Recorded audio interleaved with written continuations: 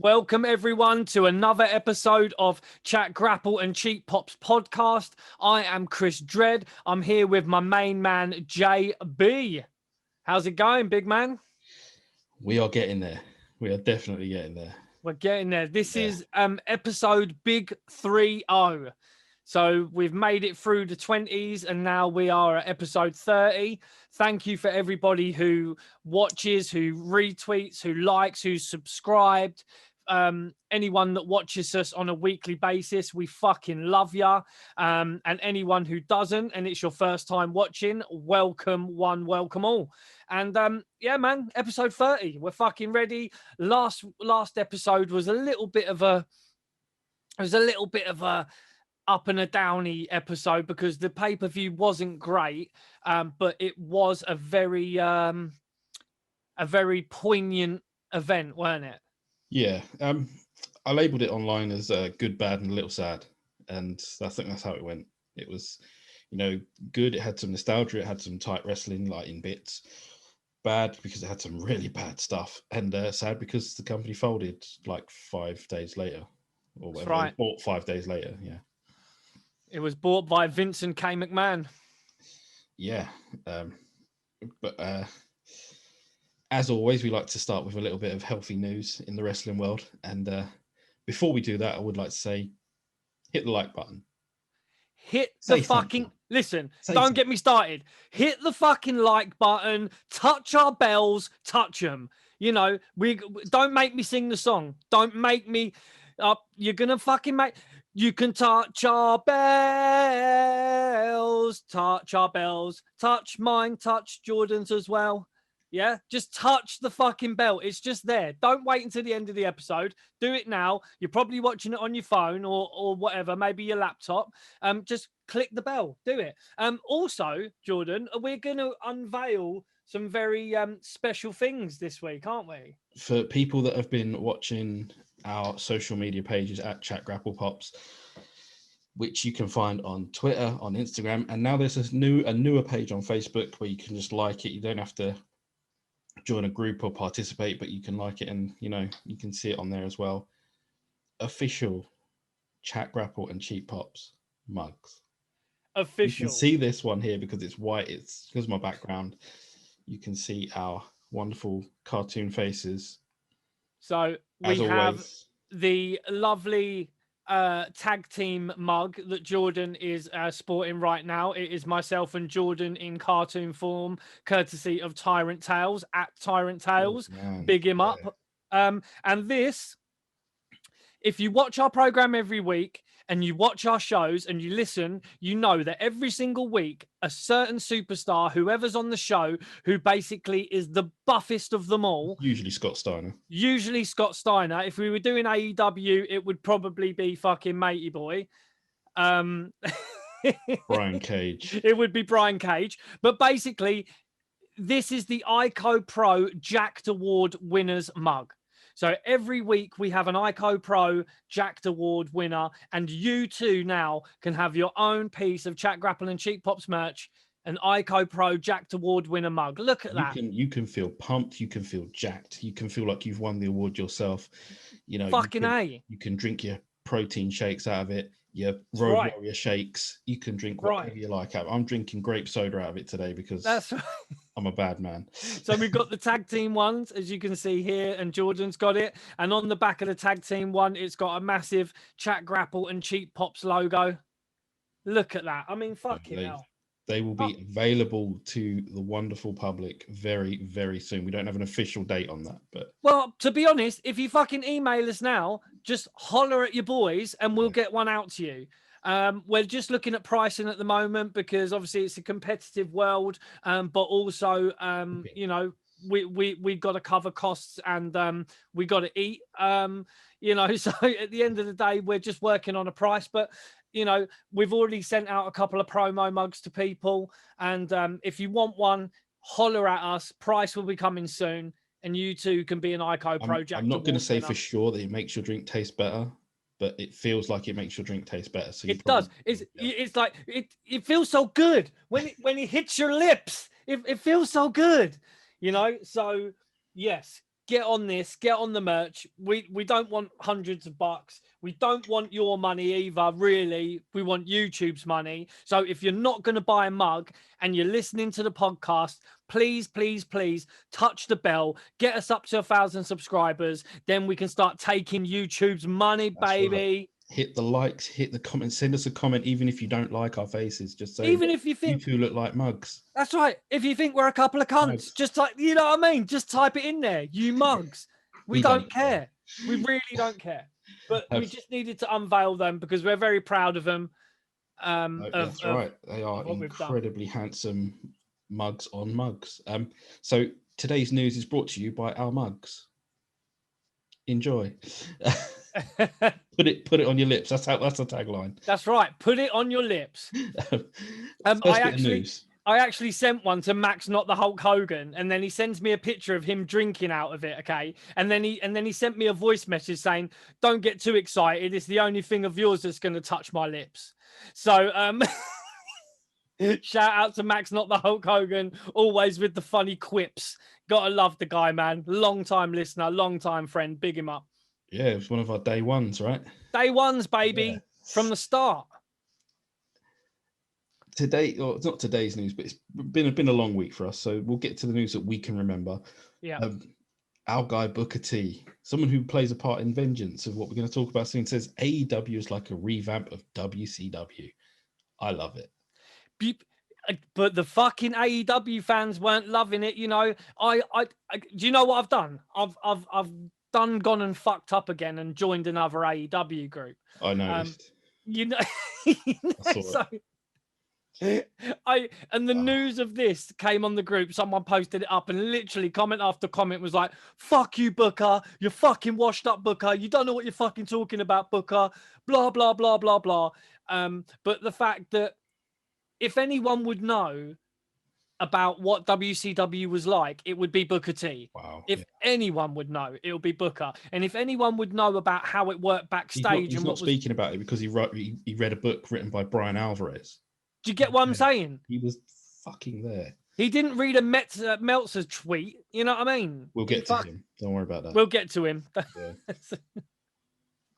But he's making a valid point. You know, they have started to sign a few veterans, you know, here and there. They've got a massive bloated roster, which no one will, you know, yes, they've now officially got a third show on, like 2 of them are on YouTube, which is fine, but they have 3 shows to fill. You know, what was it? AEW Dark had like 15 matches on it. I can't sit through it. It's tough. I mean, the last pay-per-view that I watched was tough to watch. It was long. It was a long old slog, man. It was 5 hours of wrestling, including the pre-show. I'm pretty sure. Something like that, yeah. It was a long old show, man. AEW did, you know, start AEW Dark Elevation this week, this Monday just gone. The only things that came out of it were a ridiculously hilarious promo, which I'm led to believe that Chris wrote for his good friend Tony Khan. But I did write it. Put the picture up again if we want. That's right. As you can see, the picture put up on the screen now, myself and Tony Khan. I did write his promo for him. I just kept saying to him, just keep on the, you know, the 9 saying Dynamite. Just, you know, keep saying it. Repetition tone. Yeah. My opinion was that he probably should have opened the show. If he wanted to be on the show so badly, he should have opened and welcomed everyone to the show. He should have either had a quick shot of him, you know, standing there saying, "Right, thank you everyone for joining us, you know, enjoy the show." Small, quick promo, 20 seconds saying, "Thank you so much for all your support," all that stuff. He didn't need to come out and do this shtick of, you know, 9 nights live on Dynamite. He didn't need to do it. I mean, he said he wasn't ever going to be a character on the show, but he's been doing them adverts on Impact. Did you see that T-shirt that they brought out on Impact as well, or was it on AEW where it had the Bucks? No, thigh slapping. No fight from 2 of the people that slap the thighs the most. Who are they popping? They're popping the boys, bruv. Again, there you go. Don't make us make another mug saying pop in the fucking boys. Pop in the marks, like pop in the marks. They're just popping the boys. It's little circle jerk of fucking inside jokes, man. You're never gonna get above 900k viewers by popping the fucking boys all the time. Well, did they? I don't think they broke 750 or something this week on Dynamite. They probably might have done. Like, it was close.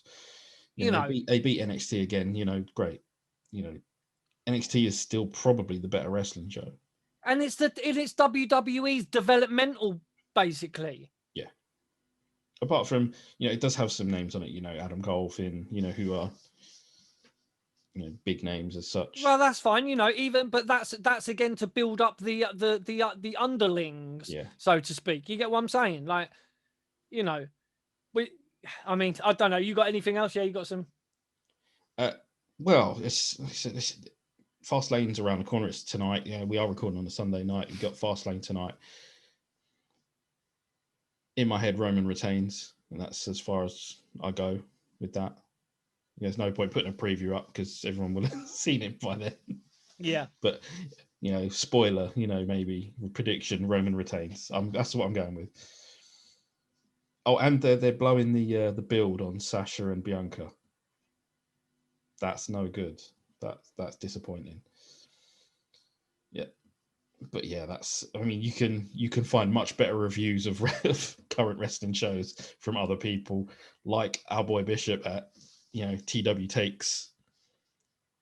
His podcast is fantastic. Go and check it. Man. Go check him out. Check out our man Bishop on Terrible Wrestling Takes. But we just literally dip our toes into, we still watch it, but we don't really go too far into the reviews of the new stuff. We don't really, we watch it, we give a little quick opinion. Also, there was the women's match recently. Okay, it happened literally a couple of days ago. The main event, yes, the AEW Dynamite main event. Thunder and Britt Baker, DMD. Yeah, I think that's how it said. They had themselves a heck of a brawl. A no DQ thing. And I'm guessing she bladed, because she was bloody, It's one of these things again. They put it on a t-shirt really quickly. They fucking, again, it's like they fucking just releasing a t-shirt. It's like, for fuck's sake. Would you wear a t-shirt with a woman bleeding across the head, like in public? I don't know. Probably not, bruv. And don't get me wrong. I like Britt Baker. I like her, okay? But Thunder Rosa and Britt Baker, great wrestlers, but biggest stars on AEW right now. Yeah, but first of all, okay, all the people that they're fucking heralding this match as the best women's match they've ever seen. And yes, people have said that. Yes, people have said that. This is the best women's match that I've ever seen. These are people that have never seen, All Japan Women and stuff. But fuck's sake, they've not seen it. They've not seen it. We can't make people watch stuff. That's no. But the thing is, a little bit of blood and a little bit of guts and some thumbtacks, and they're like, "Oh my god, this is fucking great! Oh my god, this is like the women's division is so fucking great now." It's one match, bruv. It's one match, and get over your fucking selves. Yeah, it was all right, but as wrestling goes, it was still a little bit sloppy, and it wasn't the greatest match ever fucking done. It really wasn't. Put your knobs away. Yeah, Thunder Rosa is, she is killing it right now. She is she's probably the best women's wrestler in AEW right now. Like I can't see any past her at the minute. Like there might be a better one. You might say Hikaru Shida's better, but it's not for me. Not Maki Ito, no. Oh, those really violent microphone shots. That's right. But to be honest, it's not us actually every week shitting on AEW. It's more like shitting on the fans that really have got, a lot of them have got shit for brains because they're one half decent thing that happens and they're like heralding it as something amazing. Just that, it's also the people that read a publication written by a 60-plus-year-old man that has, and I hate to go this deep into it, but he has a bit of a hard on for, these guys that do flips and don't sell a fucking thing. Just quickly, I'm glossing over it because I really couldn't care less. The New Japan Cup was won by someone who apparently has 6-star matches, but I know for a fact he's a 10-star prick. So, bro, we this is the thing. whatever. At some point, I'm not mentioning his name on this show. So no. But the thing is, some point we are going to have to mention this cunt because he gets a lot of positive shine, but people don't seem to want to look at things that he's been involved in the past. See it online. People either are ignorant to it or they just they just don't want to fucking know, bro. And the fact is, we have personal fucking information that we know these things have gone on with him. So and at some point we are going to talk about him because he is a 10-star prick. There you go. And however, flip your way out of that, you cunt. Exactly. That's it. Oh, he sold a clothesline and did a cutter on someone. He also fucking smashed some bird, didn't he? He gave the cutter to the female he was with, and I don't know, just New Japan being a bit tone deaf. Of course they are. I mean, I was reading about Gato being the booker and stuff, and maybe a little bit out of touch, maybe a little bit out of sight, out of mind on that. Whatever, we'll move on because I don't particularly want to give that any airtime. Well, there was another thing as well. Meltzer talking about if you think this and this fucking die, and then talking about someone dying. Barry Orton, Randy's uncle, passed away. Pretty much the next tweet. Yeah, it was the next tweet. Yeah.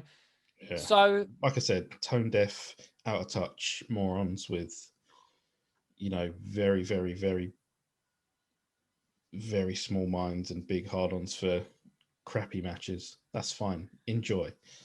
Do what you do. Yeah, and a lot of I mean, we've spoken about this previously, but with the whole hashtag speaking out thing. But it seems like there's a lot of fucking creeps in wrestling that are trying to creep their way back in as well. Back in. Again, we won't name names because we don't want to give them any airtime, and it wouldn't be right. But there's a few names starting to pop back in, and they can. Yep. Yeah. And we're not happy, and we're not fucking having it. Brit wrestling, we love Brit wrestling, but there's a few creeps trying to fucking. They better not roll around to a Stevenage show anytime soon. Trust me, they better not come around this manner. I tell you, because they will get smashed up. But yeah, that's unless there's anything else you want to add to this week's news, which was brought to you by Chat Grapple and Cheap Pops mugs. Put it on your lips. Yeah, man. Just. Contact us on chatgrapple and cheappops@gmail.com. That's chatgrapple and cheappops@gmail.com. Holler at us. I'm sure our perfect editor will put it right across the screen as well. You done know. It will be across the screen. So get on us on the email, and you too could have one of these beautiful mugs. You can have either the ICO Pro Jacked Award winner, or you can have the beautiful Chat Grapple and Cheap Pops tag team mug. Those tag team needs championships.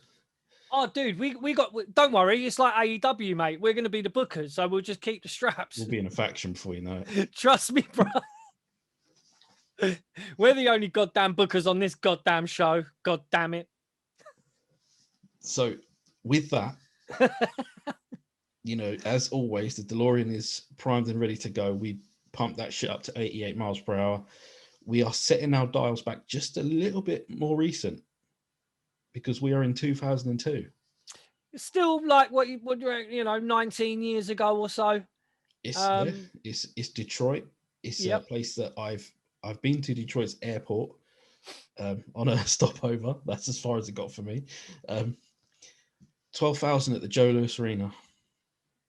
375,000 buys. That's a good number, bro. Everyone's creaming in their pants that AEW made $6 million on this pay-per-view. What were they charging for the pay-per-view in America? But this is what I'm trying to say, bruv. When you're charging $50 for a fucking pay-per-view, it's like, dude, honestly, Do you honestly think any pay-per-view? People paid it though. People paid it. Like, Yeah, but this is the fucking. But honestly, in reality, do you honestly think any pay-per-view is worth $50? No. You could buy 2 tickets for the actual event, dude. World title fights in boxing, which is, you know, different. You know, you could say it's apples and oranges, and that it's still fucking pay-per-view. Yeah. Like, and these big fights involving Anthony Joshua, Tyson Fury, you know, 30 quid max. Is it? Yeah, I don't think they've ever charged any more than that for a fight. Yeah. And I know they put their price up recently to maybe 25 for, it might have been Anthony Joshua and Pulev or even Andy Ruiz, but Jesus, man, like, it's 25 quid, and that's still a lot of money, you know, to people. Bro, I'm telling you, yeah. Fucking dollars, man. $50. Tony Khan is milking the marks, fam. Milking the marks. Like, you know. That only works for so long, you know.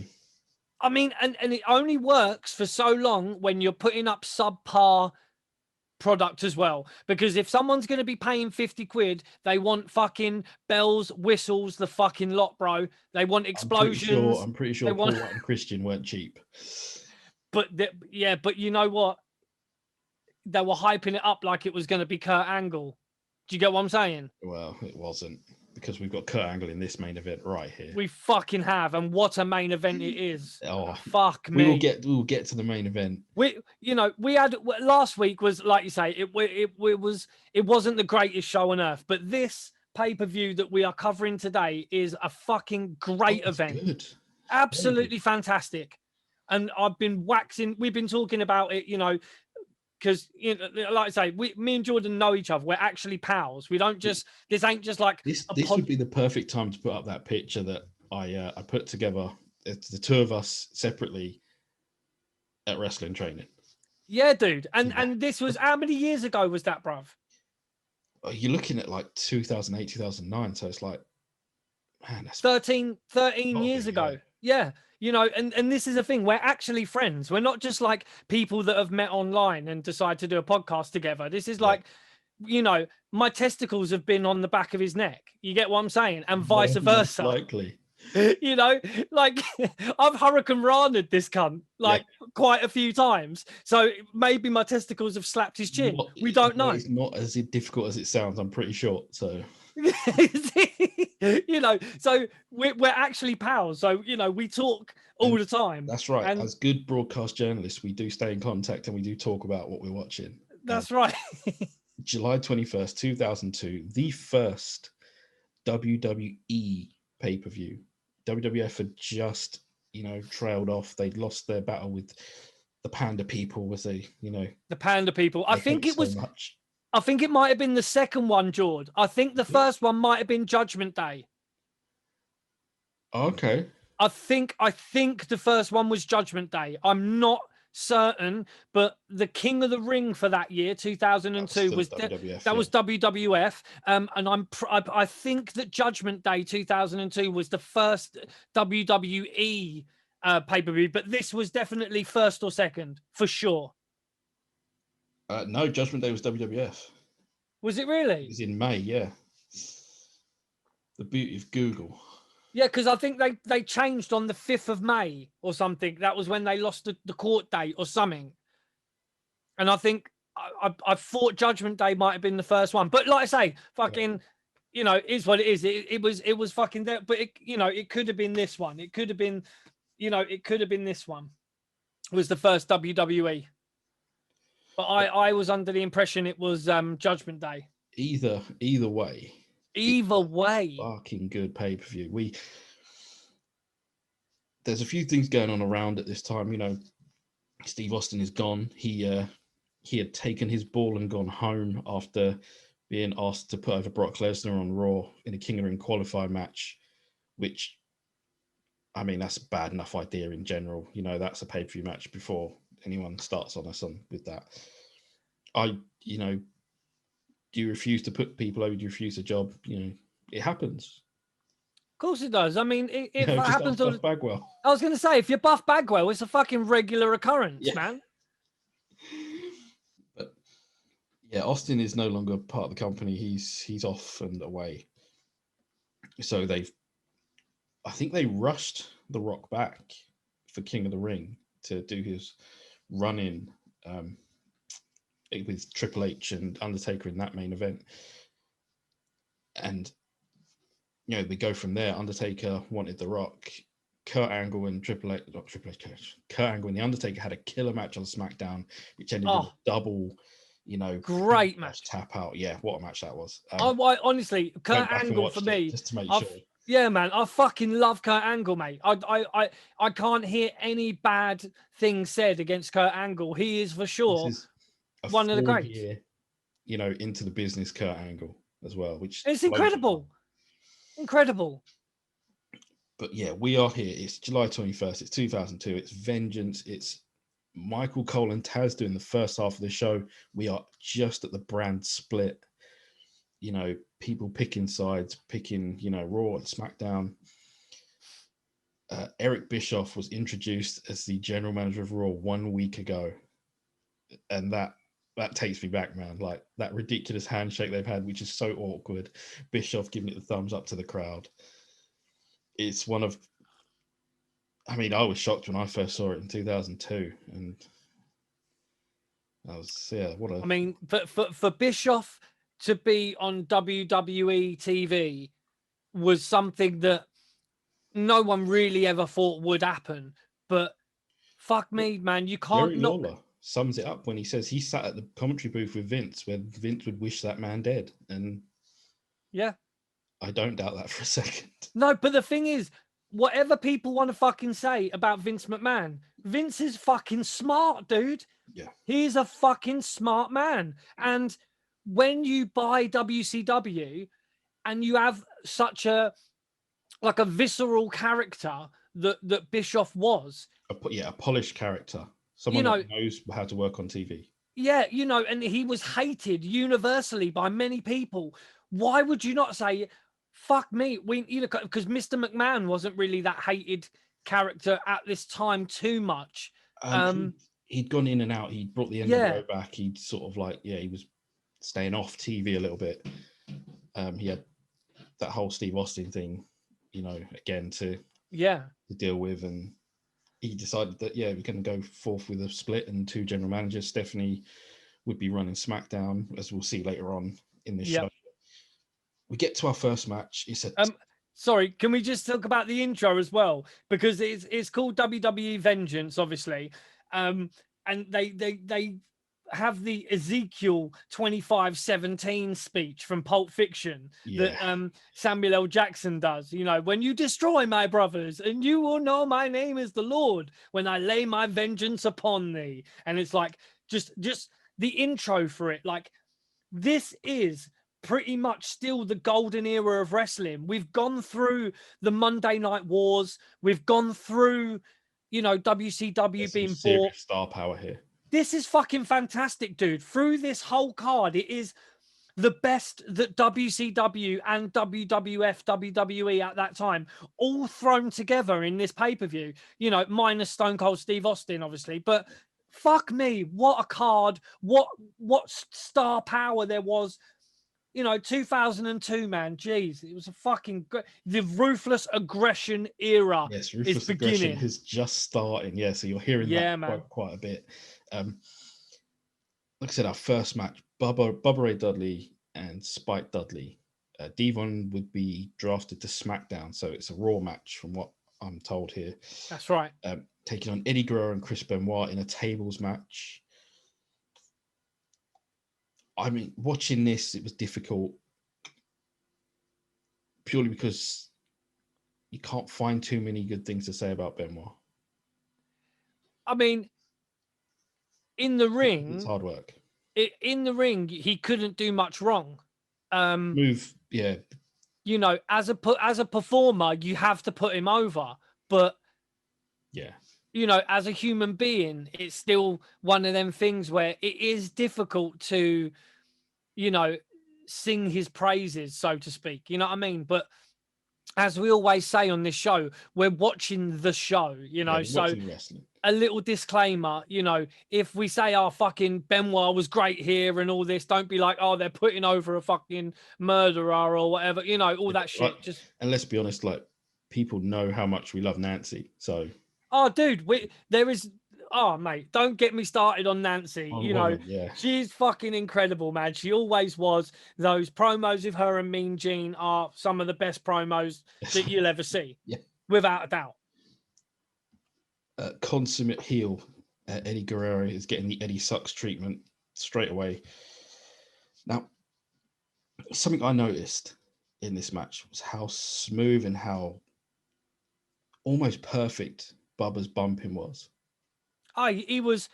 Man, live, that was... He's fantastic. You cannot fault him. I mean, go. He was bumping all over the place for these two fuckers, man. You know, and you know, he worked with them in ECW. It's an ECW match, isn't it? It was, dude, it was absolutely fantastic. And you know, let's just talk about how ripped fucking Eddie Guerrero and Chris Benoit were. There's a few Ico Pro challenges this week. There's a few challenges to this mug right here. Yeah, right. There's a few. The Ico Pro Jacked Award could have gone to many people in this show. But Benoit had been out for 13 months. Yeah, King of the Ring 2001. He'd taken a back suplex from the top rope, and that jacked his neck up pretty bad.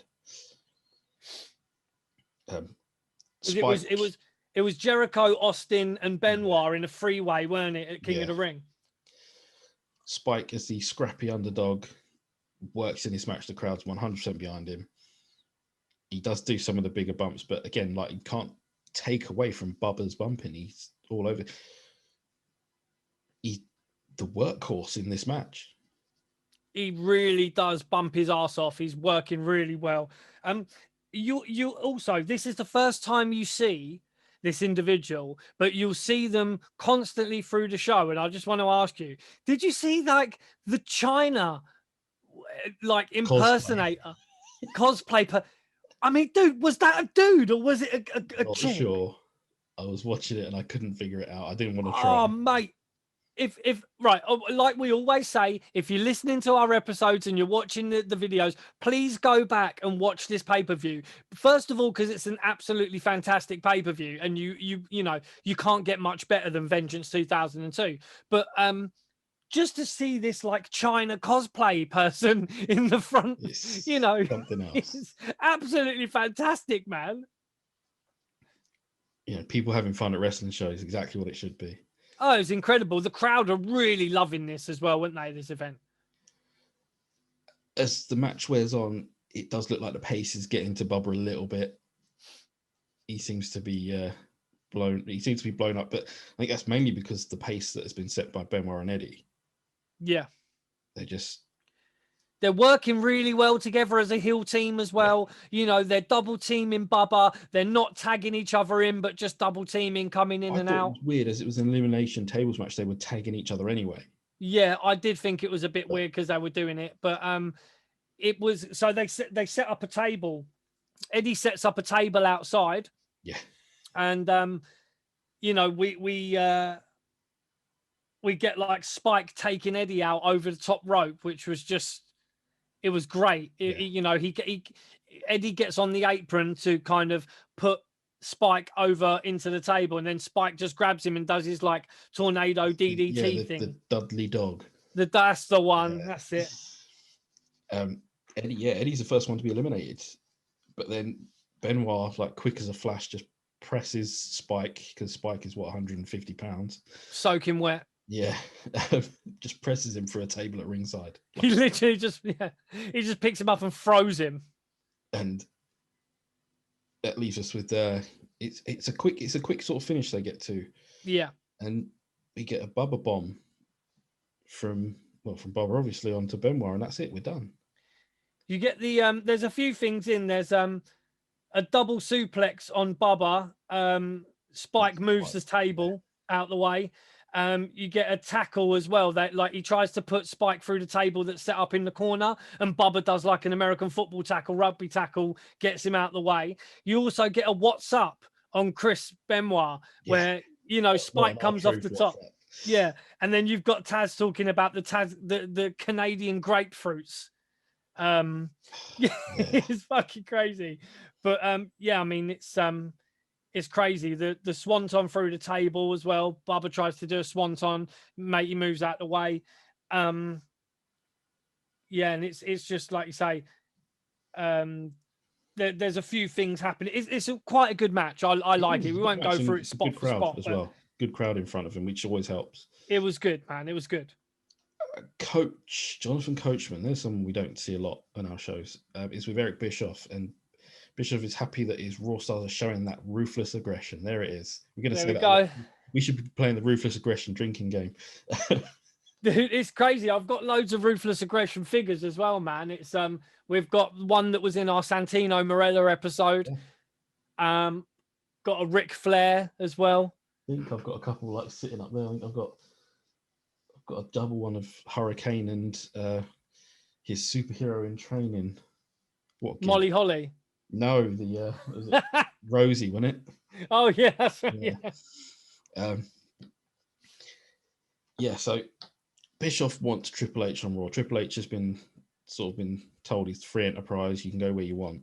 And as Triple H is walking towards Bischoff, he dips into Stephanie's locker room, but he says that he'll let Stephanie make her pitch, which worries Bischoff like mad. It's a common theme throughout the show about Triple H and what he's going to do. So we'll be going back to that like quite a bit. Yeah. It's like one of the main talking points because at this time, Triple H was involved in the kind of title schmoz as well. So I mean, he won the championship at WrestleMania that year. Yeah, look at the stars that are in this. You've got there's stars everywhere. It is literally like chock-a-block with superstars. And speaking of stars, it is our cruiserweight title match. Jamie Noble with Nydia. I think she won the first Tough Enough, didn't she? Yeah, man. And he's taking on Billy Kidman. Jamie Noble's our champion. They're doing a trailer park gimmick, which is okay. It's weird, but wait till you get to fucking Vengeance 2003. Do you remember Vengeance 2003? Off the top of my head, there was a Jamie Noble match against. Who was he against? He was against someone, and if he won, then he gets to sleep with Tori Wilson. Do you remember that? Good Lord, no. Yeah, it was crazy. I can't remember who it was against, but basically it was that was Vengeance 2003. Vengeance 2002, on the other hand, Jamie Noble and Billy Kidman. Billy Kidman, someone we spoke about last week on our WCW Greed show, and how he was in the Cruiserweight Tag Title match. Someone that probably could have been pushed a little further in WCW. Oh yeah, I mean, I remember Kidman having, in WCW having 2 slobber knocker matches in one night. He had a match against Hogan in WCW around 99, 2000. He gave Disco Inferno his best match as well. And let me just say this now as well. Jamie Noble, really underrated talent for me. No slouch, is he? He's fucking incredible, mate. He's a really good worker. And you've got a match like Jamie Noble versus Billy Kidman as like a kind of cruiserweight title match. You can't complain at that, really. No. Jamie Noble's not your typical flyer as a cruiserweight, which is, it doesn't bother me in the slightest, because some of the stuff in his match is excellent. Oh, he's great. Really good. Noble will use Nydia to his advantage, pushing her in the way and stuff like that to get a hold of Kidman. He's working Kidman's shoulder. In all the while, the commentary booth Michael Collins are hyping up the debut of one Rey Mysterio. Rey Mysterio Jr. Yes, they call him. And that. I mean, I've got a fantastic piece of merch, but it's hanging up right on my wall, right in front of me. I've seen it, yeah. You sent me the picture, yeah. Well, yeah. We can probably put the picture up. I probably could put the picture up. As you can, oh, there you go. I'll put the picture up. It's a signed T-shirt by Rey Mysterio Jr., a SmackDown versus Raw 2008 promotional T-shirt for the game when it came out, and I've got a figure in there, and I've got a sticker from the Rivals series in there, a shiny, as we used to call them, the foil stickers. Yeah, I'll swap you a shiny. Have you got this shiny? You remember them ones with the Premier League shiny ones? for 12 regular ones. Yeah, do you know what I mean? Like you wanted the Premier League ones, you'd get the Premier League shiny, and it was always number 1 in the book. And in the WWF, WWE ones, the logo was always sticker number 1.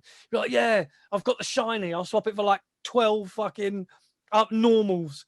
But yeah, that's what I've got on the wall right in front of me. Fantastically done by treeoflifeframing.com. So holler at them for all your framing needs, wrestling or non-wrestling. They'll hook you up. But yeah, they were bigging up the Rey Mysterio Jr. debut because remember, this is 2002. You know, we're literally a year away from when WCW went out of business. So a lot of these guys are fresh from WCW. Like I say, this is the melting pot, isn't it? Well, the ones that made it over and have done well, that the others who didn't quite make it have made their way to TNA. Exactly. NWA TNA. You know that. Billy Kidman misses his shooting star press. And this is so good. This Tiger Bomb. It's great. Perfectly executed. It's a clean win for Jamie Noble, but the Tiger Bomb is just, chef's kiss and all that. Like, so good. Go back and watch it if you've not seen it. Like, I know you're not going to watch a show for one move, but like the rest of the show is great too. So it's well worth a watch. Honestly, we're not just saying this. This is we try and keep it steady with the types of pay-per-views we watch, and that this we is don't. A real treat for us. This is a fucking great treat for us to watch this. Really, really good. Like I say, the whole card is fantastic. Kurt Angle is with a guy I don't remember. No, I can't remember his name either. So we're just going to call him Guy. Yeah, he was with Guy. Sorry, Guy. We don't remember your name. He says that he deals in whens and not ifs, and he's going to be the next undisputed champion. He is interrupted by one Paul Heyman and the next big thing, Brock Lesnar. And this meeting of Brock and Angle is pretty intense. Yeah. Like, two amateur wrestlers, you could sort of feel the heat there. It was, again, like just it's when the stuff was great. It's really good work. Kurt Angle was like, "Hi, my name's Kurt Angle, Olympic gold medalist." Exactly. He's always got that over him as well. It's so good not to get involved, And dude, I listened to a JR's podcast recently, and they're talking about Brock Lesnar being on steroids, right? And I know Brock probably doesn't like me because I've spoken out of turn about Sable. He is, but fuck me, Brock Lesnar was, I think, on the juice at this time, because when you watch this interview with Kurt Angle, his right pec has got them bitch tits, bruv. He's got one of them bitch tits, like that, what they call it, like masticated nipples or whatever from like human growth hormone. You can kind of see it. You're not even saying nothing, are you? You're pleading the fifth. Look at him. He's keeping his mouth well shut. Like Brock's going to turn up and fucking F5 him in his back garden. It's fucking... But anyway, my point is this. Disclaimer here, people. Yeah, my point is this, though. Me personally, right? I know I might even get heat for this, bruv, but I don't personally care if wrestlers are on the gas, bruv. It doesn't, I'm not offended by it. I don't think they're cheating. I genuinely, like, most of the time I think it's pretty sick. Like, it's more to do with their health, I'm guessing, than anyone. Of course. I mean, would you prefer it if they were just on the beak? Well, I mean, to be honest with you, promos. That's what I'm saying. They would get better promos if they're on the beak, but cocaine is probably more detrimental to your health than steroids is, I would say. Okay. Long-term usage. Say, for example, there's the documentary bigger, stronger, faster. We spoke about it in our Mike Droese, Duke the Dumpster Droese interview when we were talking about Chris Bell, Mike Bell, and the Bell family. Okay. In that documentary, he explores about steroids and how it's ingrained in American society to kind of be bigger, stronger, and faster.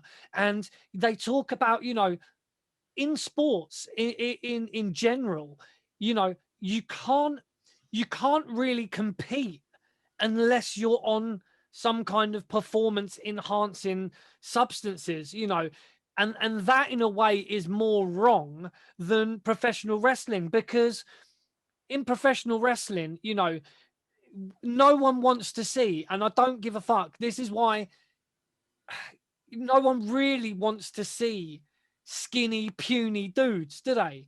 You know what I mean? Like, as long as it's done in a way where they're not like, I would say most of the deaths in wrestling don't come from steroids.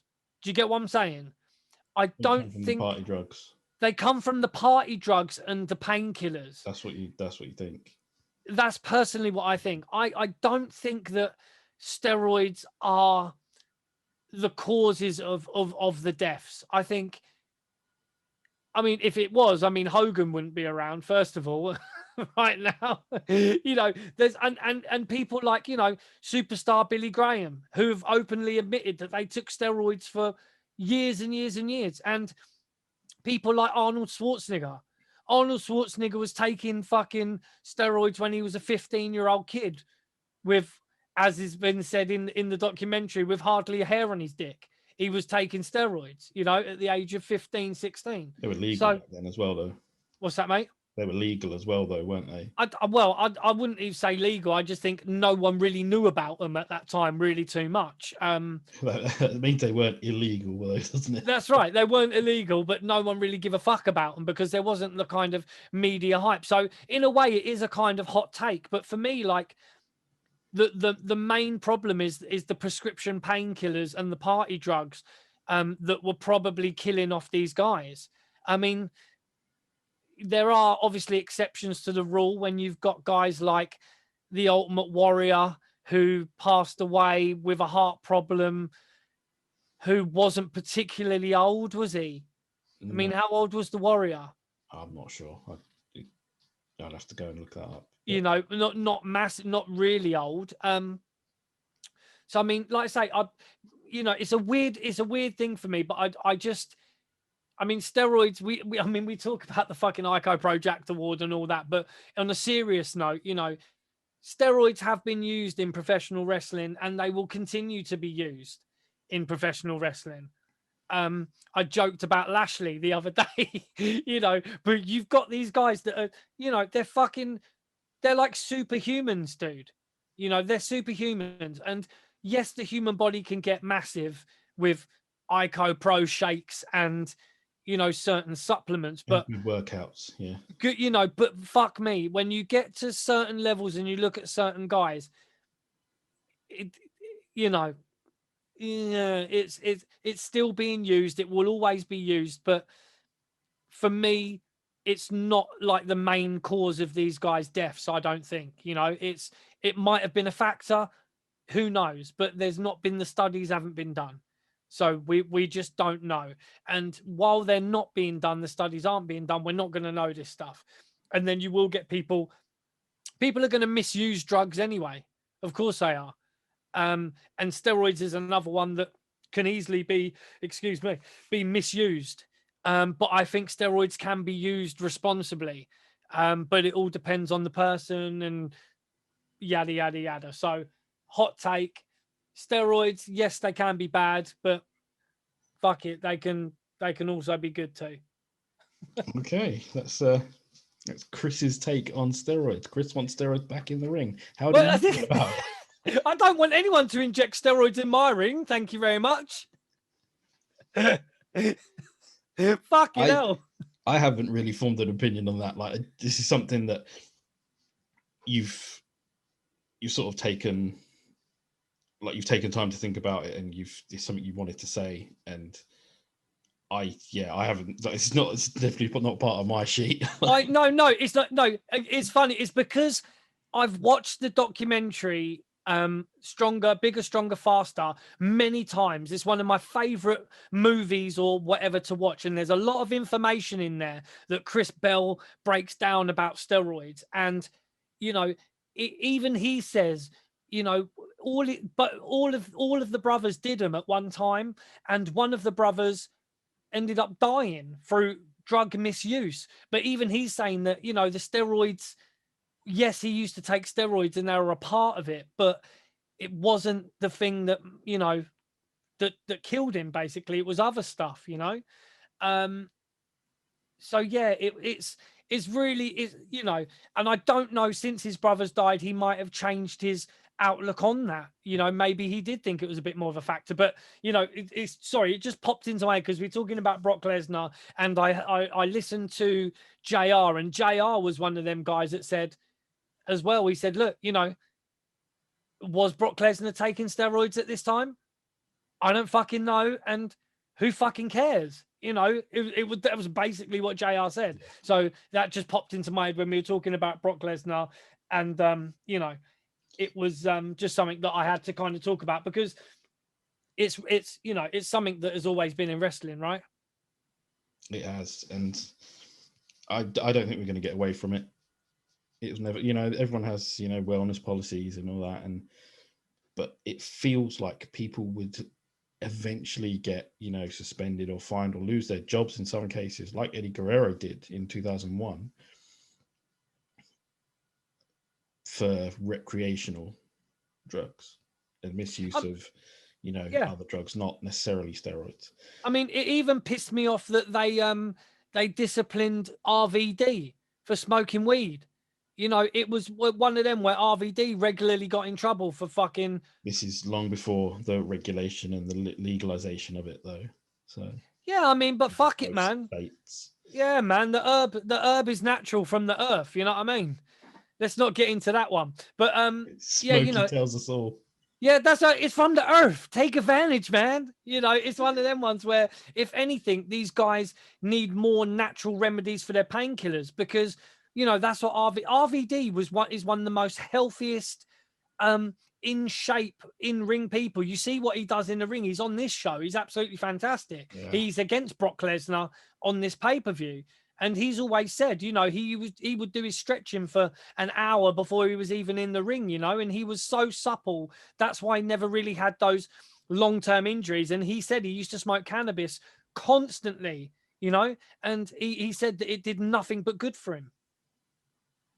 And also our buddy interviewed him recently on that 90s wrestling podcast. Yeah, James had a good long chat from that 90s wrestling podcast with Rob Van Dam. That's something you can check out as well. Yeah, and he's got the pots of weed behind him when he's interviewing RVD. RVD sitting there like with a fucking dispensary behind him with all his bottles of weed and that, so that's another thing that can be looked into because they're looking at it in UFC, in American football as well, because these guys as well go through a lot of physical pain. And if we can find more natural painkillers for these guys, let them fucking smoke ganja, man. Let that be their painkiller rather than them being on the Xannies and the fucking these other painkillers that will eat your insides. We've got to look at other options. It's 2021.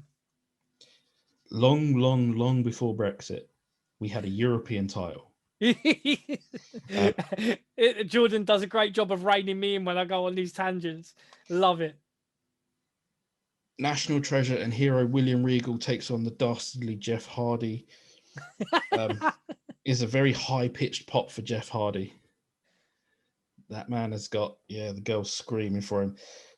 However, the Chinese are tingling for Jeff Hardy for sure. However, the fans are chanting for our good hero Regal. You can hear the word Regal. There's another word after it. I can't quite figure it out. I think they're just saying Regal's great, and they're just cheering him on, like as that's they right. should. It's like they're with their fingers. They're saying he's number one. Number one. That's right. But this isn't a super long match, but it is a good one. It's good fun. Regal gets his knees up on the Swanton Bomb, which looks really painful. He's probably done it. He's probably fine from it, but the knees up on the swanton, he lands on like across Regal's legs. It looks pretty rough. And this is Jeff Hardy, who had only recently challenged for the undisputed title in that ladder match with the Undertaker. That's right. Which was epic in its own right, you know, for a Monday Night Raw. There was a lot of cracking matches on the house shows, on Raw and on SmackDown around this time. Yeah, it really was. Regal has a busted lip or something cut inside his mouth. Didn't see where that came from. And the disappointing thing for me is that this match doesn't go on long enough, because I thought they were starting to gel quite nicely. Yeah, it was. I mean, yeah, Regal is easily one of the best workers in the business for me. Yeah, 100%. Not that we're biased or anything. Not that we're biased at all. Do you know what I mean? From Blackpool, England, you know. But you know, the guy was doing stuff in WCW years and years and years and years ago that people were just like flabbergasted about it because they'd never seen nothing like it. But these are like old British wrestling moves that, like, the transitions, just it's absolutely fantastic. You know, some of the moves, you know, it's, you know, like, you know, I implore people to go and watch matches. If you're any American viewers, we talk really wax lyrical about William Regal, but go and watch matches like Steve Gray versus Mal Sanders. Okay. Go and watch those British wrestling matches, because you'll see reversals and chain wrestling like you've never seen. Yeah, it is absolutely fantastic. Real good chain wrestling. That, like I say, Mal Sanders versus Steve Gray. They've wrestled each other a million times. There's easily going to be matches on YouTube. Go out and watch it. Yeah, fantastic matches. It is a schoolboy roll up for 3 out of nowhere. Which it annoys me a little bit, just because I felt the match was going somewhere. Regal cries afterwards. I mean, that's fantastic. Feels like he's disappointed a nation, and he hasn't. He's still a hero. He's still our dude, man. Regal will forever be the man in our eyes. You only have to see some of the WWE shows when they started coming over to do Raw and SmackDown in the UK finally, like in 2000, I think it was 5 was the first one. Even Insurrection. They did Insurrection in 2002. The pops that Regal was getting, especially like later on when he was teaming with Eugene and stuff, was just insane. Ric Flair and our WrestleMania 37 host Hulk Hogan. That's been quite controversial online. Congratulate Jeff Hardy, especially he's working with a black man as well. And, you know, I know I had to go there, bruv, you know, and there is obviously that meme that I sent you as well. What, the spray paint? With the spray paint and him spraying the end. Yeah. It's like, I don't know. You know, as they say in Jamaica, I wouldn't have picked him. I'd have picked, you know, we all laugh and joke about things, but I would have picked someone who's probably not going to work the show, someone with a real charisma and talent. And that probably could have been Billy Kay.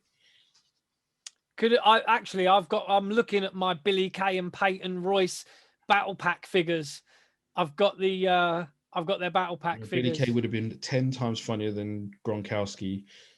You know, last year it didn't click for me with the host. They could have picked anyone else. I'm fucking dreading Mania. Florida, and Hogan's in Florida, so there you go. It's crazy though. Mania is going to be we're going to need like matchsticks for eyes. Like that week of wrestling is going to be like fucking. That whole week is going to be wild. Clockwork Orange, bruv. We've got things going on during that week as well ourselves. So watch out for that. They do joke about Ric Flair and Hogan. Do joke about Hogan doing a swanton bomb. I thought that was incredible. I'd pay $50 to see it. Now that's something I'd buy that for $1. It's great as well because Hogan calls him Rickles. Yeah, it's like old pals. Yeah, it's like, oh, hey Rickles, you know, and it's the way that Flair sells it, and Hogan goes, yeah, I'll give the Hulkamaniacs because they greet Jeff Hardy when he comes out, and Flair says to him, "You're doing good, kid," you know what I mean, and all that. You're doing good, puts him over. And then Hogan talks about doing a swanton. And he's like, yeah. Flair's like, I can just imagine, you know, JR talking, saying, oh, Hogan slowly makes his way up to the fucking top turnbuckle, then falls on his ass. They just discuss working for Bischoff and, you know, possibly working for Stephanie and how that could work. It's nothing. It was a cut, wasn't it? No, but it's funny though when they talk about Hogan goes, when they talk about Bischoff and Flair goes, he's either going to do this or he's going to run the company out of business, and then Hogan goes, out of business. Tell me about it. And it's like, motherfucker, you is a fucking guy. You're one of the fucking guys. You fucking bitch. Yeah. And don't get me wrong, I'm looking at my Thunder in Paradise poster. You get what I'm saying? I love Mr. Nanny. You know, Hogan is still Hogan, but fuck me. Framed a Thunder in Paradise poster. So you fucking jealous, man. Shut up. You fucking want it. That's why you keep talking about it. Next up, Chris Jericho and this rookie, this up-and-coming guy. Yeah. He's ripped to shreds. He's definitely been on the shakes. It's am I pronouncing this right? John Cena? No, it's John China. John China. John China. You got that big mouth, John China. His red shorts are quite the outfit. This is I swear he had another name in OVW. It was like, or is it Batista? Prototype, yeah. That's right, the prototype, yeah. So, Man, you know, machine or something. Well, prototypes they make in a lab, don't they? So, oh dear. Sorry, man. We're on about the ICO Pro, but he's if you look at our lovely ICO Pro Jacked Award winners mugs, John Cena, this young rookie, his first ever pay-per-view, and he could take home the ICO Pro award this week. Who knows? Could indeed. He could. It's a slow burn, this one. It's decent back and forth stuff between Jericho and Cena. The fans are a little bit quiet though. They're not warming to this Cena guy just yet. I don't know if he's going to get over. I'm a little bit concerned. Yeah, I don't know if he's going to be that popular, to be honest. Le Champion does a good job of trying to put him over, though. He does. This is 100% credit to Chris Jericho on this. Cena botches an Oklahoma roll. Don't know if you caught it. Yeah, I did. Yeah. Like an absolute pro, Jericho just catches it and rolls him up. Yeah. And sometimes you're not looking for it, but you see it and it's there, and you're like, Jesus, quickly note that down, because I just thought that was perfect work from Jericho. A real pro, just bro. And it's not something that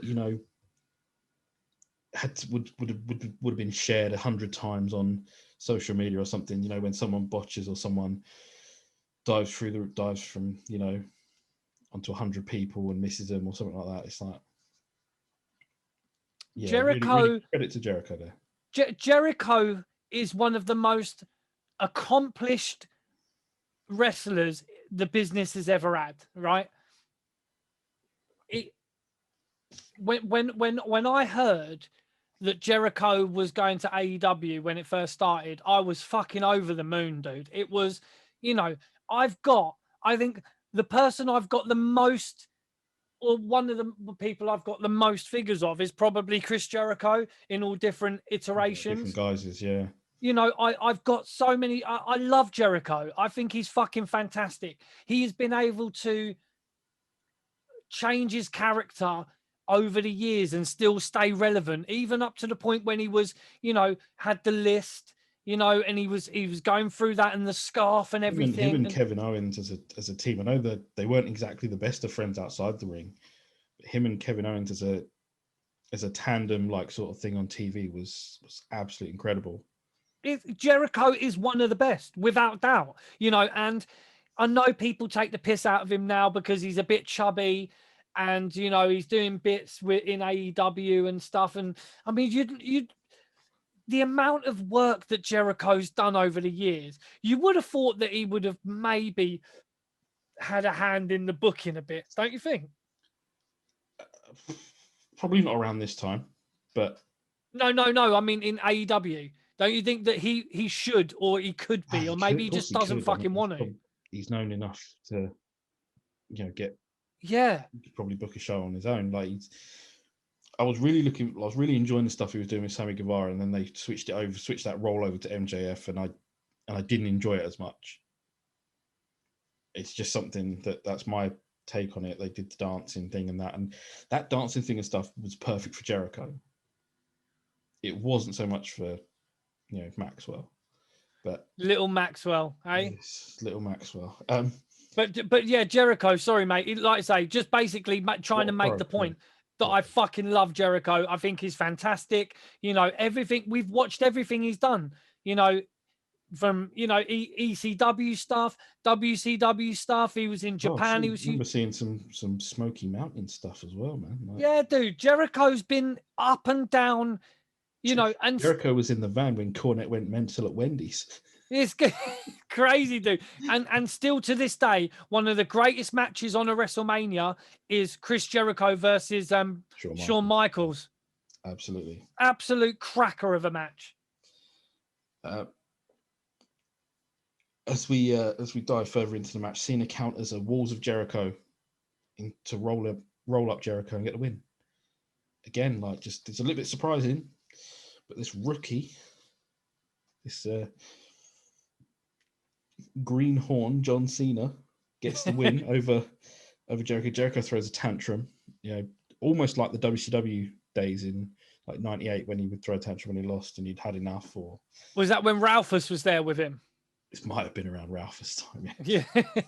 And then we cut again to Bischoff and Coach waiting outside Stephanie's office, and a lawyer shows up for Stephanie with things to be signed, and Bischoff is doing bits. He's shitting it, isn't he? He's fucking, no, you can't go in there. No, just blah, blah, blah. And the attorney's like, no, I've got these documents. I've got to go in there. And he's like, what? A contract? What the fuck? And he's, he's losing. He's pissed. It's, yeah. It's a different time. It's a different world because our two commentators for the second half of the show, Jerry King Lawler and Jim Ross, come out and they get a decent pop. Commentators, pop. Getting pops. It's what a world we live in here. It's fantastic, dude. But the fact is as well, they said they were going to do half the show each, right? Yeah. And it's been less than an hour and already fucking they're getting rid of Cole off. Yeah. But I'm not being funny. People knock Cole. I thought on this show he is fantastic, dude. I do, I always liked the Cole and Taz. Same. Taz was always incredibly knowledgeable on the moves and stuff, and he would break it down. And Cole was your standard guy as well, like your main guy in commentary. It was a decent team. I thought so. Cole, he's got a lot of shit, especially in a certain awards. He was awarded fucking worst commentator or whatever this year. But, it's... Well, don't worry. Tony Khan's going to get Promo of the Year this year, so... Of course he will. Oh, fuck. Yeah, but only because I wrote it for him. No, it's on Dynamite. On Dynamite. You get time to prepare, Matt. I can't help it, man. It's you so fucking bad. love We were going to mock it eventually. We get a quick vid on the power of Brock Lesnar, the next big thing, because it is our Intercontinental Championship match. It is Brock Lesnar with his main man Paul Heyman taking on our champion Rob Van Dam. And again, nice pop for RVD. Lovely pop, huge pop. I mean, this whole show is littered with stars, and we shouldn't forget that. Bro, I mean, you've got Brock Lesnar versus Rob Van Dam. Yeah. I mean, fuck me. And this is when they're both at their peak, bro. Prime. I mean, really good. Brock Lesnar has just come through OVW, within a year or so. I mean, who was that we were talking about? The class of 2002 or 2001? Yeah, it had like Randy Orton, Batista, Brock, John Cena, Shelton Benjamin, like Charlie Haas. Yeah, some really excellent wrestlers. Brock Lesnar at this point already has a championship match at SummerSlam for winning King of the Ring, so he'll be taking on the winner of the triple threat main event. And Brock is showcasing his power early on in this match. It's lots of power slams and suplex stuff like this. It just he's beastly, isn't he? He's a machine. Brock is a machine. You've got a Heyman as JR calls him, Heyman is a large hemorrhoid on the lips of life. Yeah. Fuck me, JR. You pulled that one out the bag, son. I do think, however, it is time to dish out our award for the evening. And I'm pretty sure it goes to Brock. He is monstrous. I mean, Cena is very close. He's cut to hell. And Eddie Guerrero as well was also. Eddie was a close third. Yeah, I would say it goes Brock, Cena, Guerrero. Yeah, Brock, Cena, and Guerrero. That's pretty much as good as it gets. Brock Lesnar is this week's winner of the ICO Pro Jack Awards. We would send you a cup, but you would. Yeah, you. I don't really want to contact you because you probably will. Yeah, we'll put on the forwarding address back to you, Chris. Yeah, that's right. My only problem with this, apart from some of those dodgy sort of punches and microphone shots we saw on AEW the other week or last week, does anyone throw weaker looking punches than Van Damme? Yeah, his kicks were a lot better than his punches. Excellent. But his punches are just, I don't know, it just doesn't look right. It just doesn't.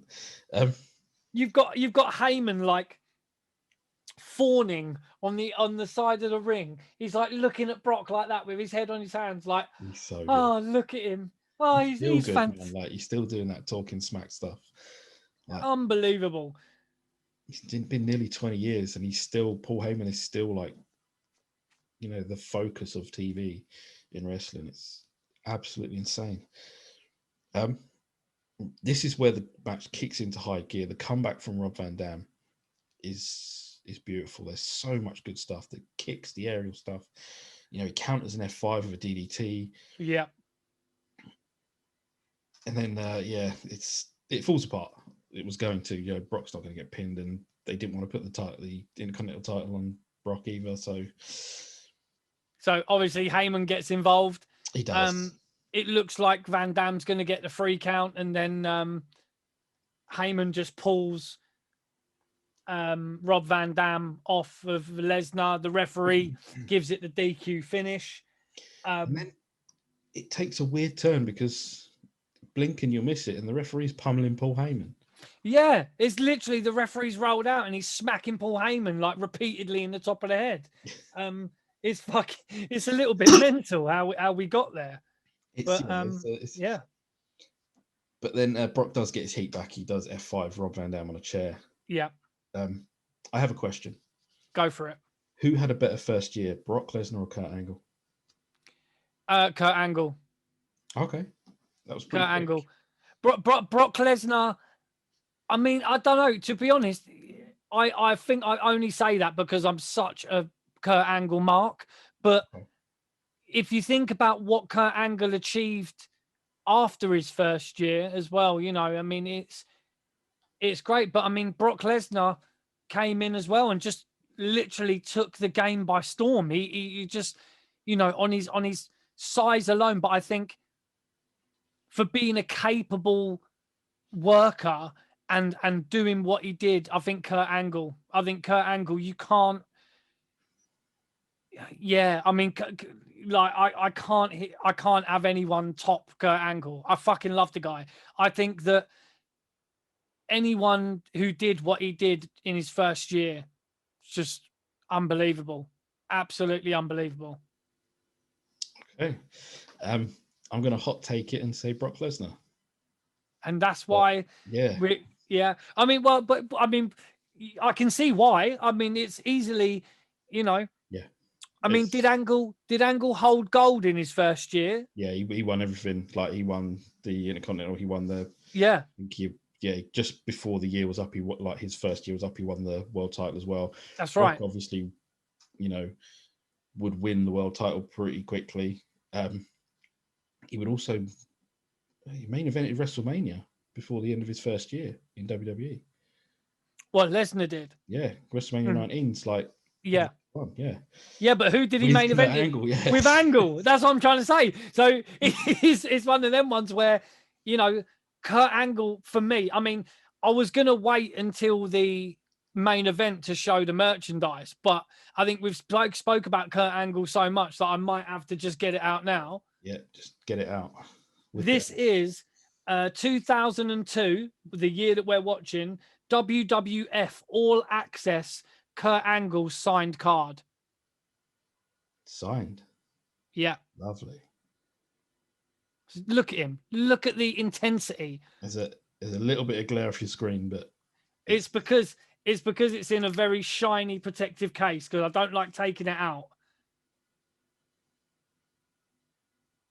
Yeah, that's really nice. There you go. I mean, Kurt Angle for me is easily up there with your Bret the Hitman Harts. You know, that level of worker. Yeah, he's an all-time great for sure. He's an all-time great. And I you know, people talk about the you know, the Mount Rushmore of wrestling, and everybody's Mount Rushmore is going to be different. But, you know, I would have to put Kurt Angle up there. I mean, his matches, I mean, think how long Kurt Angle had been in the business by this main event. How many years has he been in? Yes, like I said, it was second 4 years here. 4 years, yeah. No, under 4 years, yeah. Yeah, because he came in, what, 98, 99-ish? 99, yeah. You know, 99. So talking about 3 odd years. And fuck me, his performance in this main event, I mean, we'll get to it, but it's just absolutely phenomenal. I think he outworks The Undertaker and The Rock. You know, like, it's like incredible, you know. And Kurt Angle's another one for me that I've got so many Kurt Angle figures. I've got, you know, WrestleMania ones. I've got, you know, the Rebellion ones. I've got a Heat figure. I've got TNA figures of Kurt Angle. I've literally got hold many. That thought for 1 second. I've got Kurt Angle here. I think Jordan's going to delve in and grab one of his figures. We're a lover of figures and merchandise, as you can see on this. If you're watching the video, you can see the figures all behind me. I mean, my Kurt Angle one here, WWF Heat. This is one we don't see a lot. You don't see it a lot on in anywhere really. It's the you can see that it's the Raw Uncovered. Dude, I am actually talking with a guy on Facebook at the moment who's got one of these. It is the Raw magazine with Kurt Angle. Yes. You don't see a lot of them around. It will be mine. Oh yes, it will be mine. So yeah, there's my Jack's Pacific Heat Kurt Angle. So yeah, man, I actually that one that you've just pulled out there is one that I really want. Him wearing the American Stars and Stripes hat. Yeah, I fucking love that one. But yeah, Kurt Angle. Yeah, amazing. But we'll get to him as well. Stephanie tells Eric Bischoff that Triple H signed. Triple H comes out and clarifies to an almost tearful Bischoff that he signed divorce papers, which you almost forget that storyline happened. Yeah, I to be honest, I did forget, and then they spoke about it, and I was like, oh fucking hell, yeah. They went there. Divorce papers. We've got this is a strange one because I really didn't remember a build to this, but we're going to get it anyway. It said no DQ, Big Show or Paul White, whatever you want to call him now, against Booker T. And I got to be honest, this had all the hallmarks of a TV match, like something for Raw, because all JR and King were talking about was Triple H. Yeah, do you know what? It's funny. I've got that in my notes as well. It's like the whole time in the commentary, they were just talking about Triple H and, you know, Steph and where he's going to go and all this kind of stuff. But for me as well, Big Show had been dominating Booker T. And as you would, I mean, the size of Big Show, really, like, really big at this point. Yeah. You know, he was huge. And, you know, it's funny because you think about Big Show as well, and he's in AEW at the moment, but a lot of people forget he was a huge part of WCW when WCW was starting to emerge as going to be taking over WWF at that time. It was, you know, he was main eventing He was main eventing in WCW with Hogan. And throwing drop kicks. They were, throwing drop kicks and stuff, bruv, and having fucking monster truck fights on roofs. Fell off the arena, didn't he? Do you get what I'm saying, bruv? Like, the Giant, like, people forget what the Giant, Big Show, like you say, whatever you want to call him, like, he's been around, hasn't he? Huh? He's had a lot of opportunities. He really has, bro. We do get a scissor kick through the Spanish announce table, which I thought was a bit random for this match. Like, I didn't think this match was. Yeah, it was a bit early. Spot, but bit early to make. Hysterics laughing at this spot as well for some reason. He's pissed, yeah, because they've got to sit there for the rest of the show just on chairs with no monitor. Like, you see him later on, it looks so sad. Yeah. They're just sitting there with their pads on their laps on these chairs with like a collapsed table. It's like, you'd think they'd bring out a fucking other little table for him, yeah. Yeah, like put the monitors on there or something for them. Fucking wankers. JR calls it the Houston hangover. It's something we remember as the Harlem hangover. Yep, it's the Harlem hangover. The win, and the crowd go mental for a spinneroonie afterwards. Like I said, a quick throwaway, I think it was more than. Yeah, the China cosplay woman goes fucking crazy for the spinneroonie. A lady, chap, I don't know who, but they go crazy. But a great thing in this, like, I thought it was great the way that they had Big Show, like, punching away chair shots. Like someone would come in for a chair shot and he'd literally just bosh and just fucking punch away the chair and that. And I was thinking, yeah, it probably hurt quite a bit. Yeah, probably. But God, that was fucking incredible. We are heading off to the World, which was in Times Square, somewhere like, I never got to visit this place because by the time I got to New York, it had already been shut down. It's Torrie Wilson and Dawn Marie. They're picking their main event winners, and they're arguing over who has the better. But talking about the golden, the Golden Fong Award and who's got the best ass and all this. Uncle and it's Gary clearly wants to, of course he does, obviously. But Billy Gunn's obviously got the best ass. Fuck's sake, he's Mr. Ass. Yeah, I get it. Yeah, so God damn. That would make more sense for him to have won it, but never mind. That's right. We get to the point in the show where it's more of a segment than a match. It's Triple H's decision. This segment does get a lot of time, though. I was going to say, it's a fucking long segment. Eric Bischoff comes out at his smarmy schneidi best. Like, he's got a big grin on his face. He's sort of expecting that he's going to get Triple H to Raw. He's trying to sell the fact that he knows people in Hollywood, and he's not lying. He does have, friends in, the TV business. Bro, did you clock when he nearly says WCW superstar? He did. He nearly says it. It nearly comes out. He covers it, but he was talking about, he goes, I've got the contacts in the movie business, and they're looking for the next big WWE star. Yeah, it's like, oh, nearly. Nearly. Steph will interrupt and come out in this wonderfully white sort of like power suit thing. Bro, she comes out looking like Brother Love in a pink t-shirt. Just in case we didn't know who was the babyface, she's wearing white and Bishop is in black. She does bring up Triple H's WCW run, which, is forgotten about by most people, but not us. No, not us. We remember Terror Rising. Yeah, of course we do. We remember terrorizing. And, she talks about, you remember Eric Bischoff said that you weren't worth nothing, and then he talks about... He said that to a few guys in the WWE. Yeah, it's true. The whole fucking, I could turn around and then Triple H turns around to Bischoff and say, yeah, I could turn around and say, screw you to your face, and I know you won't like it very much, but I'll say screw you to Steph, and I know she likes it. Yeah. It's like, they went there. He calls Bischoff an arrogant prick, Stephanie a cold-hearted bitch. Yep.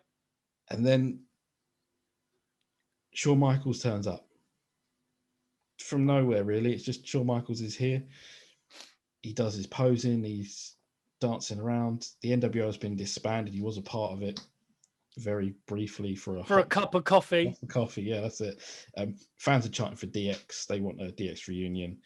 Shawn Michaels immediately bats for Bischoff and goes and wants him to join him on Raw, which is, I don't know, I thought it was a bit weird, but he said, friendship and fun and all that, and Triple H goes for it. He picks it. He picks Raw. Bischoff is gloating, talks about how he's got testicles, and then gets a slap in the face. And fuck me, does Steph lay that slap in? She's been pretty good at them over the years. Yeah, she lays it in, man. Great stuff. And then we get more segment stuff because, it's the biggest story of the night, apparently. Random guy, again, is with Rikishi. Rikishi's disappointed with Triple H. It's like, okay. And then Terry is with Booker T and Goldust. And amazing. Yeah, Goldust says something about games and they've got bigger joysticks. And it's great that the way, I mean, again, Goldust, Dustin Rhodes, for me, is one of the greatest. I mean, people talk shit about Goldust, the character or whatever, but fuck, I love Goldust. I've loved him since the car parking lot brawl, bro. From the early days. One with Piper. Yeah. Yeah. He was great. He's he was actually in a dark match or on the Heat match. It was Goldust versus Steven Richards.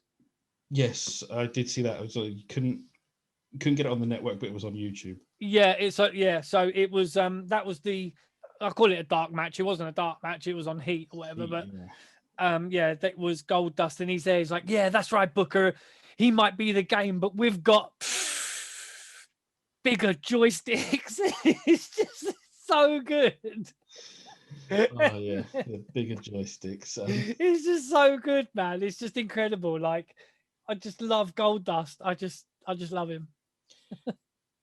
We get a quick. Well, it's not even that quick actually. It felt quite long. We get a video sort of explaining why we're going to have a tag team title match next. Hulk Hogan and Edge against Lance Storm and Christian, and how they become un-American or anti-American. What a gimmick that is. It's great. I hate the country I work in. It doesn't make sense. I love it. I think it's great. I love the anti-American. It's Lance Storm and Christian against our WrestleMania 37 host Hulk Hogan and Edge, the tag team champions. There's still a lot of Hulkamaniacs in 2002, though. Fuck me, dude. The roof comes up when Hogan comes out and he's playing the tag team title as well. Playing the invisible banjo. It is just... the roof comes off the place. In Detroit, Michigan, they fucking love Hogan and that red and yellow. It is just... the pop's incredible, and JR does his Hulk impression. He's like, "Let me tell you something, brother," and then King goes, "Oh, show me your pythons. They look more like earthworms." Their banter, sometimes it can be all right, but it's just nowhere near, Gorilla and Bobby or anything. Even Gorilla and Jesse, Hogan no sells the double suplex. He probably walked straight into that meeting and said, "That doesn't work for me, brother." Yes. Did you notice how light they were working in this match? Did you notice how many, they were working when Christian and Lance Storm got hold of Hogan and they were whacking him on the back? They were it was just literally love taps. Some of them looked really terrible. And Hogan. They didn't want to, injure his neck. It's probably still hurting from 1991. But which was ironically in this building. It was in that building. In Detroit, baby. Shit you not. It was 1991 in that building where Hogan lied there in the middle of the ring for ages and probably did a buff Bagwell. But they were working really light, and they were Hogan done a couple of punches on Lance Storm as well, where he completely missed him, and you could see it. Yeah, it's. But anyway, that's wrestling, bro. They're always Storm and Christian were always going to get the heat on Edge to begin with. And then we get a Hogan Hulk up, which is pretty lousy, actually. As Hulk ups go, it wasn't the best. No. But then, to my amazement, we do get they do get a bit of heat on Hogan. They do go after him. They keep him in the ring for a bit. I always thought Hogan would be the hot tag guy, but he wasn't. Edge was the hot tag guy, yeah. I think at this point, Hogan was fucked, though. His neck, his back, he was like 106 at this point.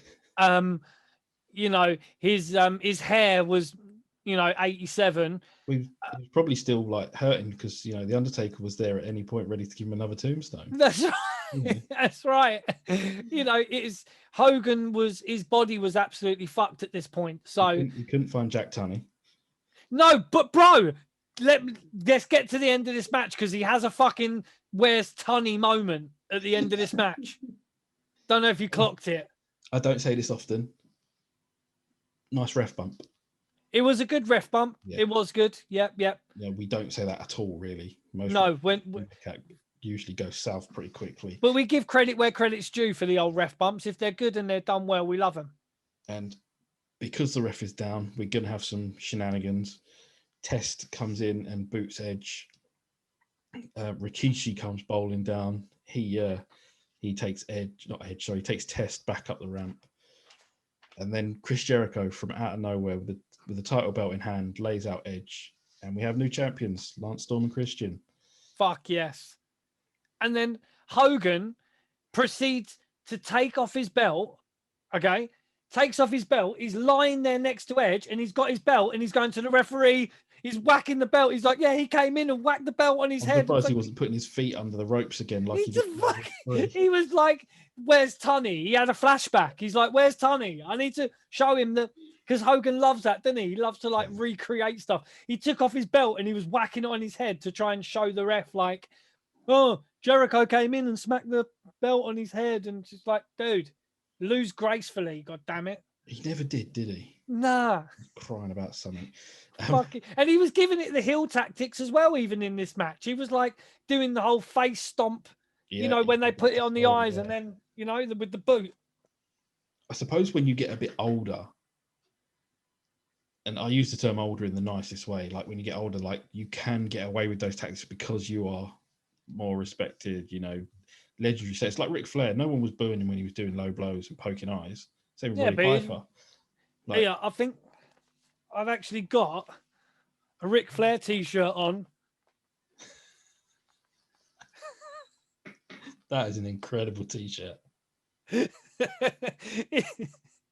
For people that can't see and are listening on the podcast, it's a picture of Ric Flair going woo in front of the Wu-Tang symbol. So it's Wu-Tang.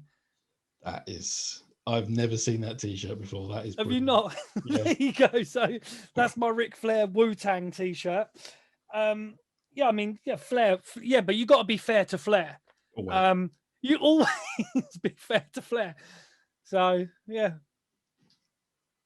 The guy, again, I feel bad now because like this guy, we don't know his name, but random guy, the interviewer talks to Steph. She says that she's going to win the war here with Bischoff regarding Triple H signing with Raw and stuff.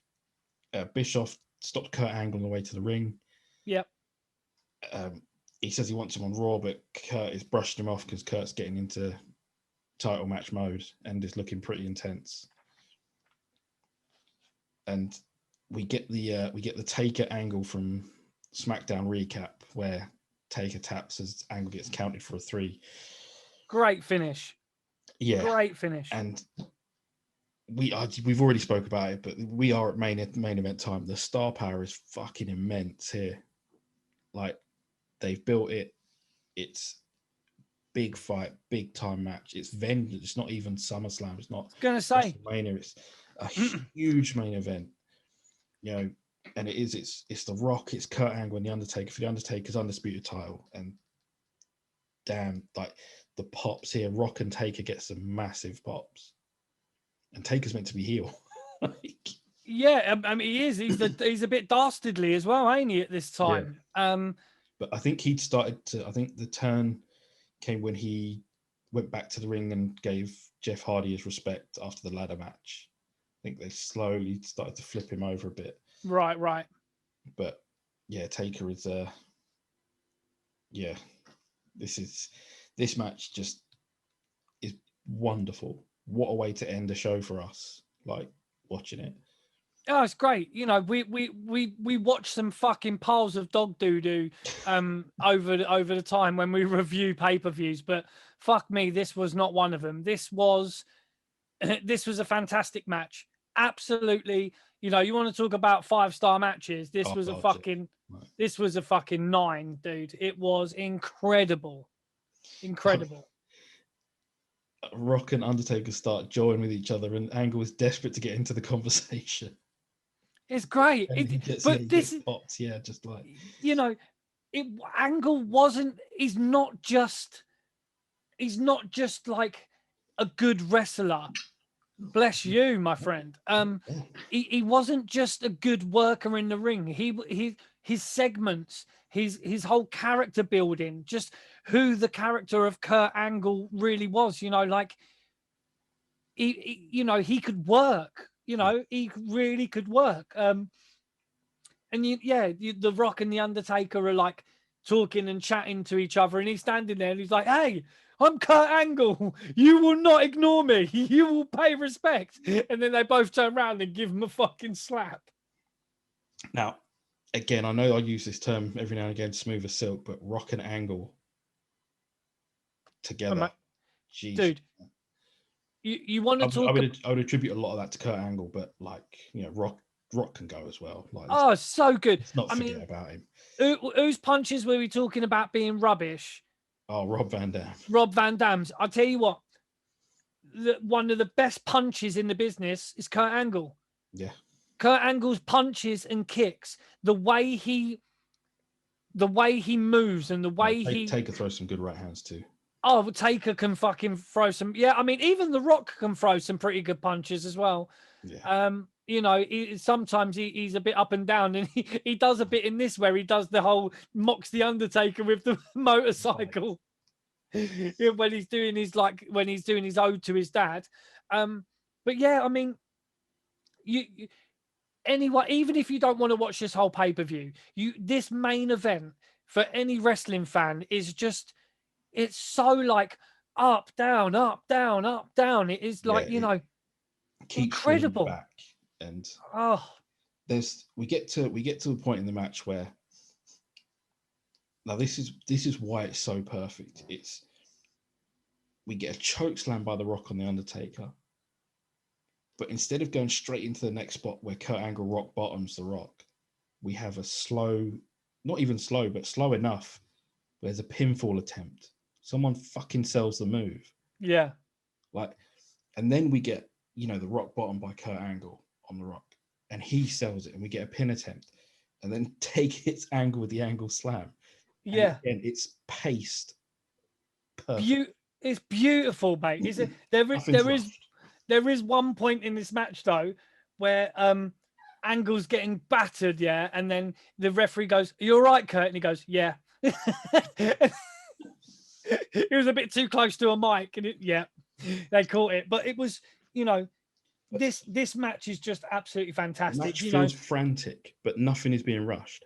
No, it's great. You've got The Rock has got the ankle lock on Kurt. He rolls out of it, then Rock bottoms The Rock, then the Taker Angle slams Kurt. Yeah, and like you say, you've got the way it's paced is like, and my God, the pop for the people's elbow.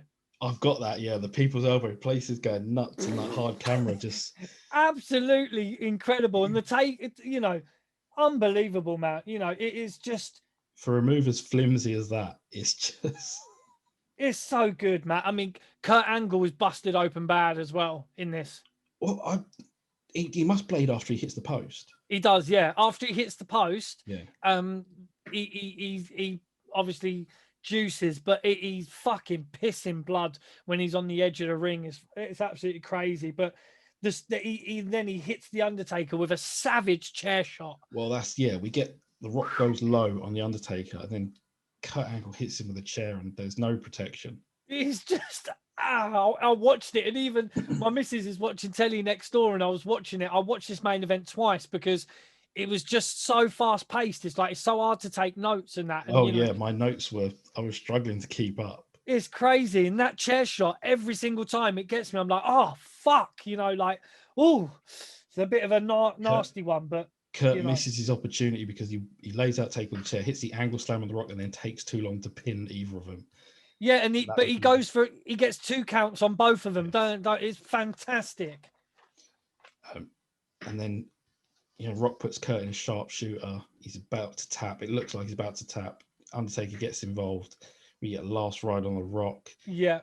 Ankle lock on the Undertaker. This is how good it is. It's so well paced. It just keeps going. Amazing. Yeah. And Undertaker goes for that last ride. Angle puts on it's not a triangle, but it's some sort of like a leg choke or something. Yeah, kind of. He does like eventually transition into a triangle, but it's just in my head, it's not a triangle until he puts it on properly. And like Taker is fading. He's fading away, and the Rock saves him, and then we get a really close call on a victory roll. Yeah, of all things, like this. The fans are completely into it, and then we do get a rock bottom on Kurt Angle, and that's it. We're done. Yeah, because the Angle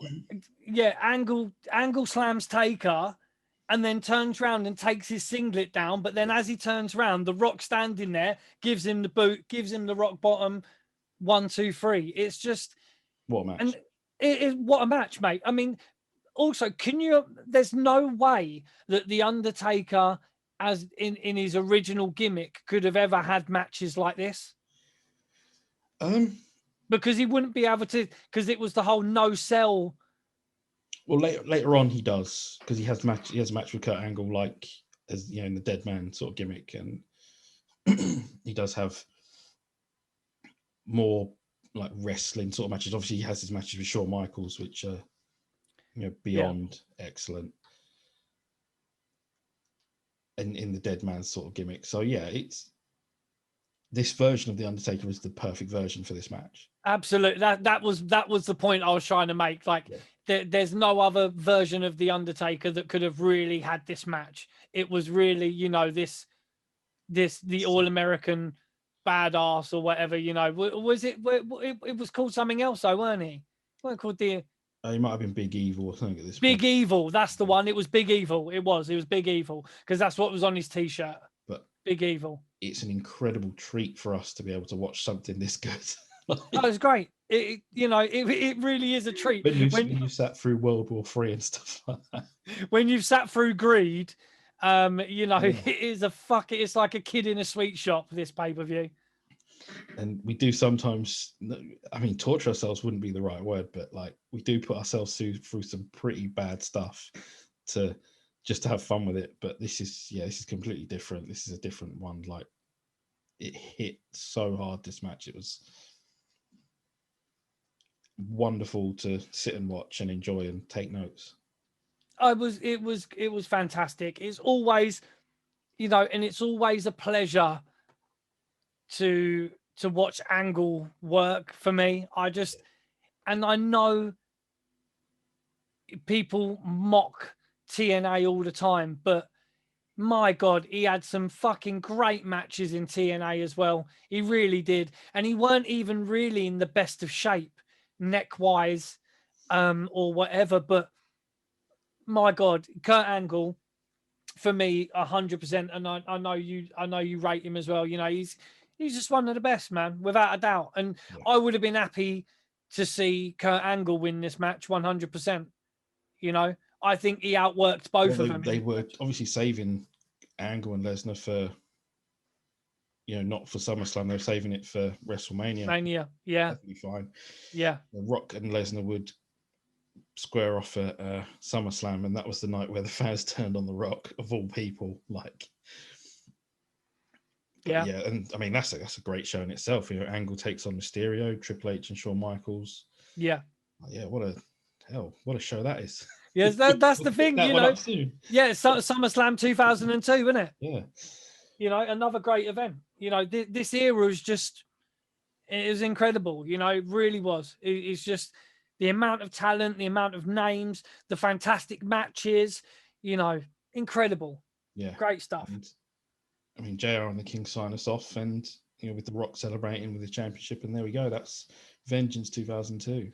7-time champion, The Rock. That's right. And as always, we don't know what we're watching next. We don't. We actually haven't. we haven't spoken about this yet.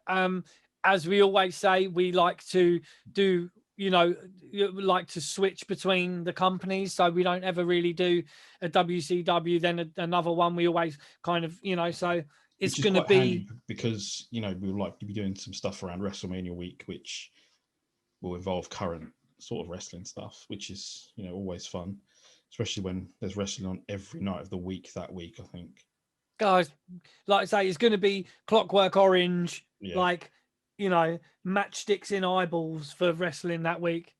We'll probably be sick of wrestling by the end of WrestleMania. You say that, but we won't. No, we won't. Because then we'll be back on it on the podcast. So yeah, we don't know what we're going to watch next. I mean, I would like to personally divert from the program and maybe do a TNA or an ECW or something like that. I know, but dude, honestly, some of them are just incredible. Some of the events and there was, I don't care what anybody says, there was a golden era of TNA, where people weren't being kidnapped. And I actually watched TNA. Well, it's not TNA anymore, is it? It's Impact Wrestling. Yes, I watched Impact Wrestling last week. And to be fair, the wrestling was actually not bad. Do you get what I'm saying? Well, I didn't see it, but I did hear that Moose and Rich Swann had a really good main event. Like they were merging the titles, the Impact and TNA titles. So, I'm sure it was a good show. But it was the one that I watched had like a 6-woman tag.